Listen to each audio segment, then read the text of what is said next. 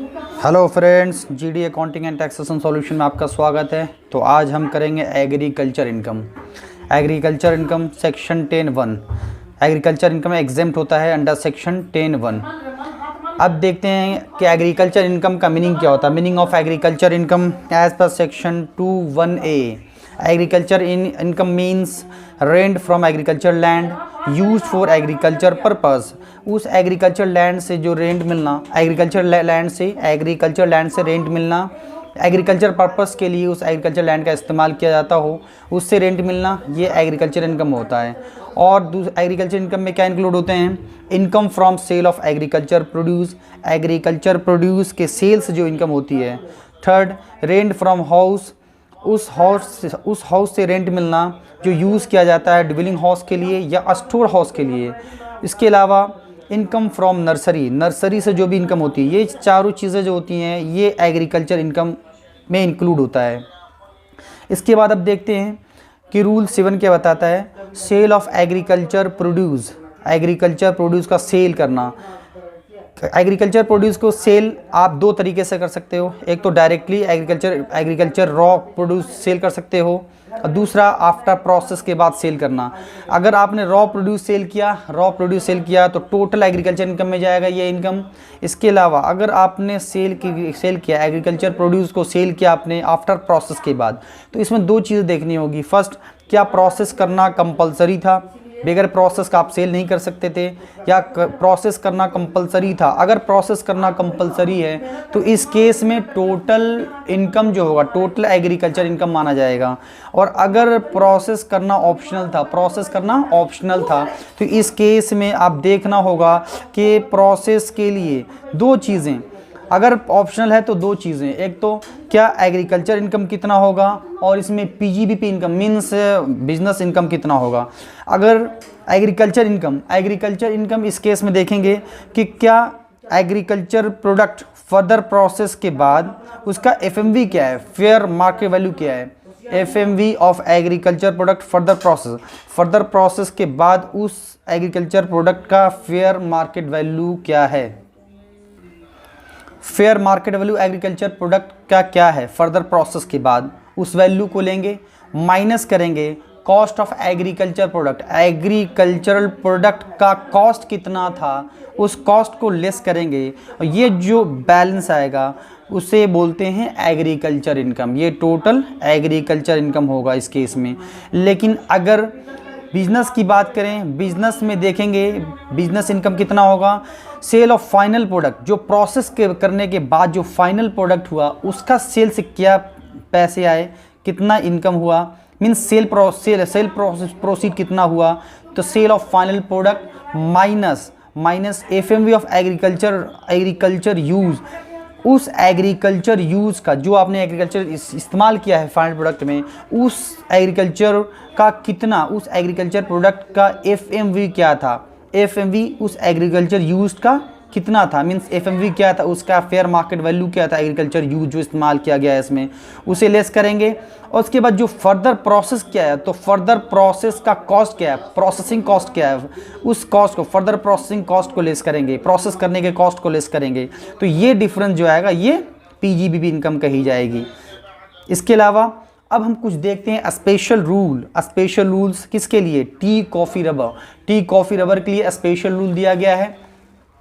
इसमें special rule में ये है कि रूल 8 बताता है कि growing and manufacturing of T को ग्रो करना, मैन्युफैक्चर करना। इस केस में स्पेशल रूल ये बताता है कि हमें एग्रीकल्चर इनकम इसमें 60% मानना होगा, बिजनेस इनकम इसमें 40% मानना होगा।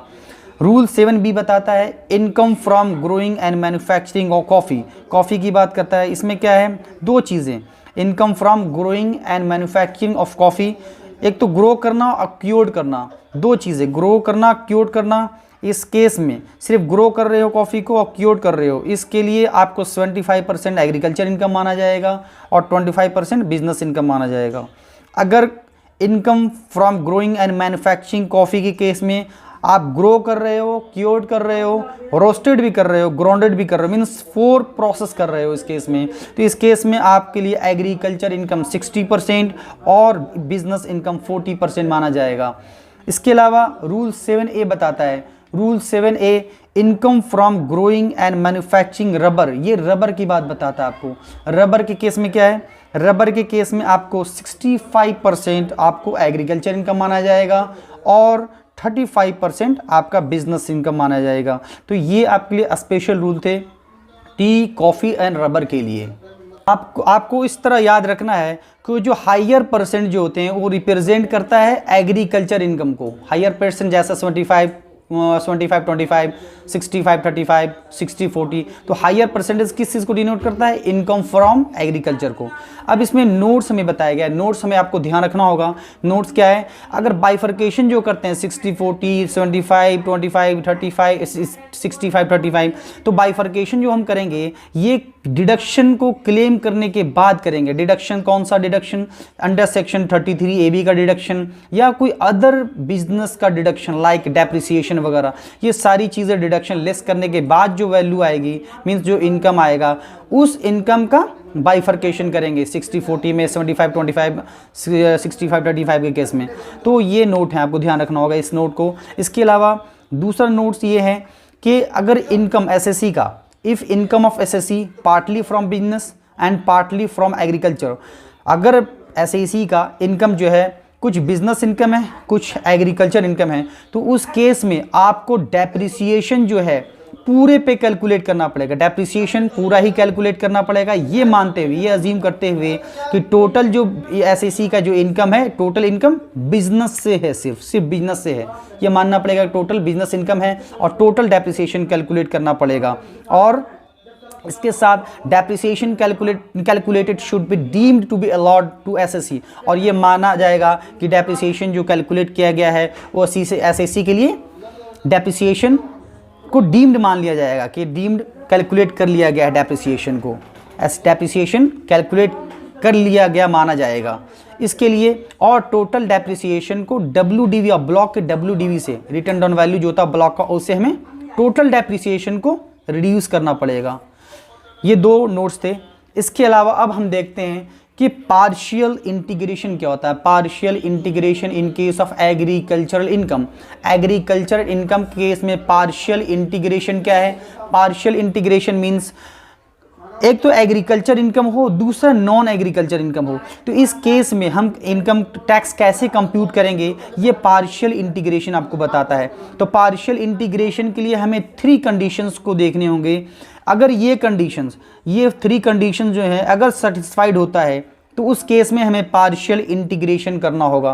पार्शियल इंटीग्रेशन करना होगा मीन्स एग्रीकल्चर इनकम को और नॉन एग्रीकल्चर इनकम को दोनों को एक साथ लेने के बाद टैक्स कंप्यूट करेंगे, और इस केस में फिर इस केस में जो एग्रीकल्चर इनकम होगा उसके टैक्स को डिडक्ट कर देंगे। तो हम देखते हैं कि partial integration in case of agriculture income में हमें 3 कंडीशंस क्या क्या चीज़ देखनी होगी। अगर 3 कंडीशंस होती हैं तभी आपको पार्शियल इंटीग्रेशन करना पड़ेगा। पहला कंडीशन क्या है, अगर एसएसी जो है इंडिविजुअल हो, एचयूएफ हो, एओपी हो, बीओआई हो, एजेपी हो, मीन्स एसएसी जो होना चाहिए इंडिविजुअल होना चाहिए, एचयूएफ होना चाहिए, आर्टिफिशियल पर्सन होना चाहिए, बॉडी ऑफ इंडिविजुअल होना चाहिए, आर्टिफिशियल जुडिशियल पर्सन होना चाहिए। अगर ये 5 लोग हैं, अगर ये 5 लोग हैं एसएसी, और इसके साथ साथ दूसरा कंडीशन क्या है, दूसरा कंडीशन ये है कि एग्रीकल्चर इनकम जो होना चाहिए मोर देन 5000 हो। अगर एग्रीकल्चर इनकम जो हो 5000 से ज़्यादा हो तभी पार्शियल इंटीग्रेशन की बात करेंगे। पार्शियल इंटीग्रेशन की बात, एक तो इन एसएसी इंडिविजुअल होना चाहिए, individual AOP BOI artificial judicial person होना चाहिए। दूसरी चीज़ कि एग्रीकल्चर इनकम 5000 से ज़्यादा होना चाहिए। तीसरी चीज़, थर्ड कंडीशन है कि non agriculture income more than basic exemption, means non agriculture income जो होनी चाहिए वो बेसिक एग्जेम्पशन से ज़्यादा होना चाहिए। अगर ये तीनों कंडीशन सेटिस्फाइड होते हैं तो इस केस में आपको पार्शियल इंटीग्रेशन करना होगा, means partial integration in case of agriculture income करना होगा। मीन्स ये तीनों कंडीशन होने चाहिए, तभी इस केस में आपको agriculture income plus non agriculture income दोनों केस में टैक्स कंप्यूट करेंगे, और इसके बाद जो एग्रीकल्चर इनकम पे जो टैक्स होगा उसे डिडक्ट कर देंगे। तो अब हम इसको देखते हैं कि टैक्स लायबिलिटी को हम कैसे कंप्यूट करेंगे। तो ये प्रॉपर फॉर्मेट मैं बता देता हूं आपको, इसी फॉर्मेट के हिसाब से आपको करने होंगे। तो ये इस तरह है कंप्यूटेशन ऑफ टैक्स लायबिलिटी। इस केस में अगर ये तीनों कंडीशन सेटिस्फाइड हो जाए तो इस केस में हमें इस तरह टैक्स लायबिलिटी को कंप्यूट करना पड़ेगा। सबसे पहली चीज़ आपको लेना होगा non agriculture income, means non agriculture income, total income, non agriculture वाले ये लेंगे पहले। इसके बाद एग्रीकल्चर इनकम कितना है ये लेंगे, ये दोनों को टोटल करेंगे। टोटल करने के बाद tax payable on C, means इस टोटल पे टोटल टैक्स पेबल कितना होगा, ये टैक्स पेबल यहाँ पे कंप्यूट करेंगे। अब हमने टोटल टैक्स पेबल निकाल लिया। इस केस के बाद हम अब एग्रीगेशन करेंगे किसका, B and basic exemption. B means agriculture income, ये B agriculture income and basic exemption को एग्रीगेट करेंगे, उसे हम यहाँ पे लिखेंगे।